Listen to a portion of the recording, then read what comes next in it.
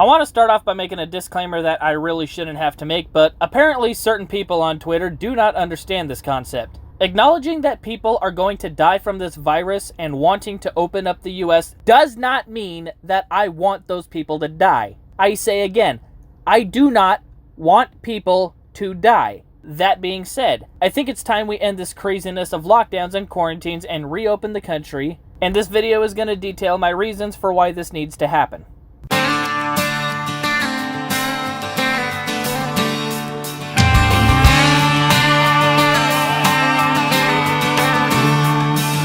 Hey everyone, and welcome back. So in the last few months, we've witnessed one of the most serious situations of our time, that situation being the coronavirus, aka COVID-19, aka the Wu flu, aka the Chinese virus, aka the beverage bug, which that last one was my favorite nickname courtesy of Daisy Cousins. Anyway, it seemed like it was going to be a horrific pandemic with millions dead and many more infected. However, it has yet to infect even 1% of the US population, and the survival rate remains between 95 and 98%. We have also effectively demolished the economy that has been growing steadily for a while, and it's a situation that can be remedied if we begin reopening the country and allowing people to return to work. But the longer we wait, the longer it will take to recover. Now, I got the inspiration to do this video after watching Liberty Doll's recent video. I'll link hers in the description, and I strongly urge you to give it a watch. Also, subscribe to her channel if you haven't already. She's very informative, has a great personality, and you won't be disappointed with your subscription.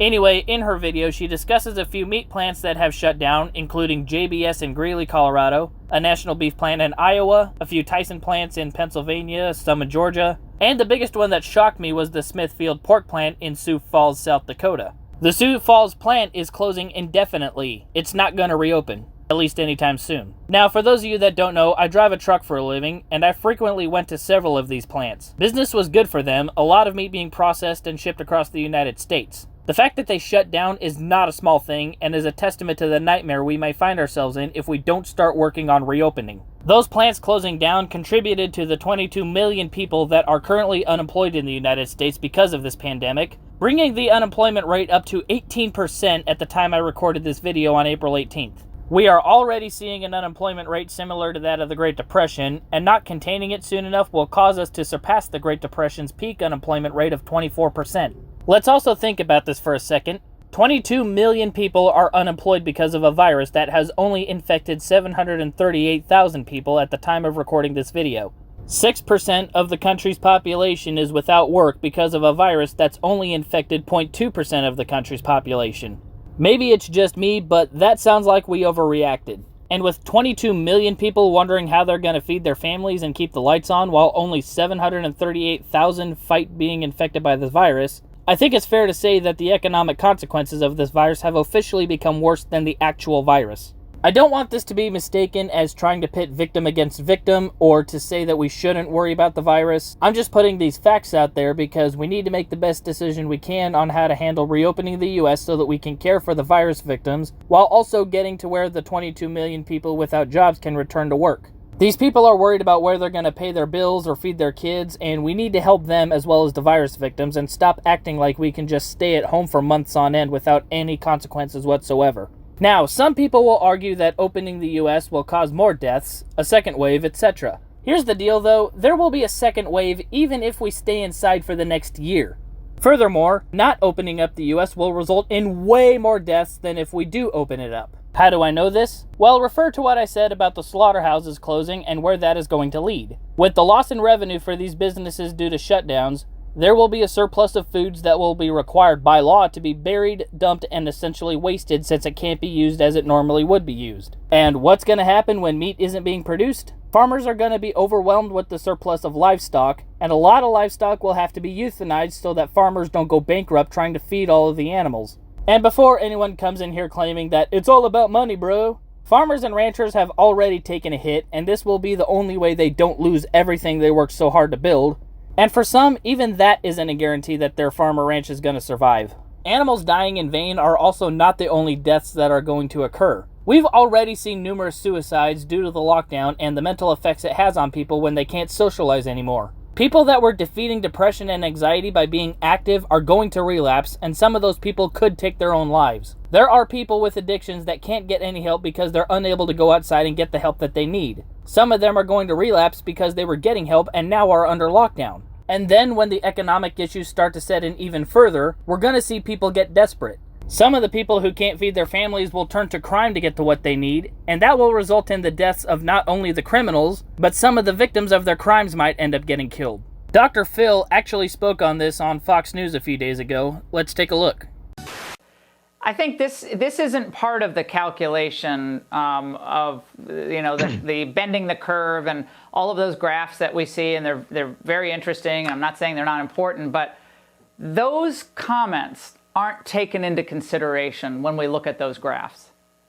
Well, Laura, they never are, and thank you for having me on, and thank you for giving a voice to this because it's so very important. This is invisible. I can't show you an X-ray of depression.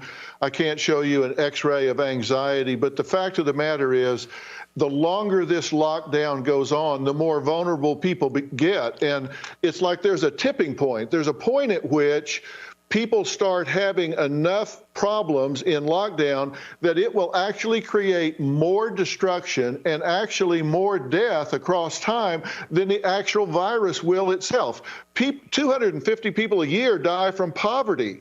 And the poverty line is getting such that more and more people are going to fall below that because the economy is crashing around us. And they're doing that because people are dying from the coronavirus. I get that. But look, the fact of the matter is we have people dying. 45,000 people a year die from automobile accidents, 480,000 from cigarettes, 360,000 a year from swimming pools. But we don't shut the country down for that. But yet we're doing it for this. And the fallout is going to last for years because people's lives are being destroyed. It's a perfect storm, Laura, because here you've got people that are in isolation. That creates problems. Loneliness actually creates problems. People that suffer from loneliness, they become 29% more likely to have coronary artery disease, 32% more likely to have strokes or die, 40% more likely to have dementia if they're in that age group. So it's not just that it's psychological, their bodies actually start breaking down. So we think we're protecting people's lives by keeping them locked up. You keep them locked up long enough, there's a paradoxical effect. You actually destroy more lives than you do by letting them go out and protect themselves and opt into their lives to fight for what they believe in. As a show of how politicized this has been, the left has been roasting Dr. Phil and Dr. Oz for their comments indirectly supporting what Donald Trump has said about reopening, and I will be covering that in a separate video. Anyway, speaking of political, I need to address this because a few idiots seem to be under the impression that the government can save us from this. Would it kill you to wake up and realize that our government is full of morons? Aside from that, we don't have the money or the resources to take care of everyone's needs if we remain on lockdown for much longer. The stimulus package already raised the deficit by $2 trillion, and we're gonna feel the consequences of that in the years to come. Furthermore, any of you that think the government has any control over economics, you obviously know nothing about economics. The government cannot just halt economics and think everything's gonna come out great. As a matter of fact, the government did exactly that, and look at the state the country is in right now. What makes you think the government is gonna make it better? Anyway, the next subject on the agenda, let's talk about how Trump plans to reopen the economy. The teal deer version is that he will open businesses like gyms and restaurants using strict social distancing measures. The elderly and those with compromised immune systems will need to stay home. And if the curve continues to flatten, we will look at opening more businesses. It is going to be hard at first, and some areas of the economy will still suffer. For example, as pointed out in Liberty Doll's video, there will be a food shortage for a time until food suppliers are up and running again and can catch up to the demand. I think Trump's response is spot on due to the current economic situation. We can't open up in full right away. It would hurt a lot of areas due to the panic that is still out there and the fact that the far left is still going to orange man bad everything Trump does during this pandemic, which is another video entirely that I may work on provided I have the time. But anyway, taking all of this into consideration, I think it's time to reopen the economy and get back to work. We've been out for too long. We cannot economically survive more time locked indoors. Let's reopen the United States. And before I end the video, let's quickly go over how everyone can handle the reopening. If you're still afraid of the virus, just stay home. I'm not going to shame people for being scared, with the exception of the Karens who believe everyone needs to suffer because of their fear. If you are elderly, have a compromised immune system, have an infant who barely has an immune system, and in general are not sure if you can handle the virus, stay home. If you have to go outside, keep practicing social distancing. Wear masks and gloves if you believe it will help, but please stop demanding that the healthy and active people who are less at risk than everyone else be forced to stay home. Another conclusion we should all take from this event is that we all need to wake up and start preparing for the unknown. Small businesses need to work on protections in case an event like this occurs again so that they're not at risk of closing their doors permanently. Individuals should be working on being financially stable by getting and staying out of debt and building an emergency fund of 3 to 6 months of expenses.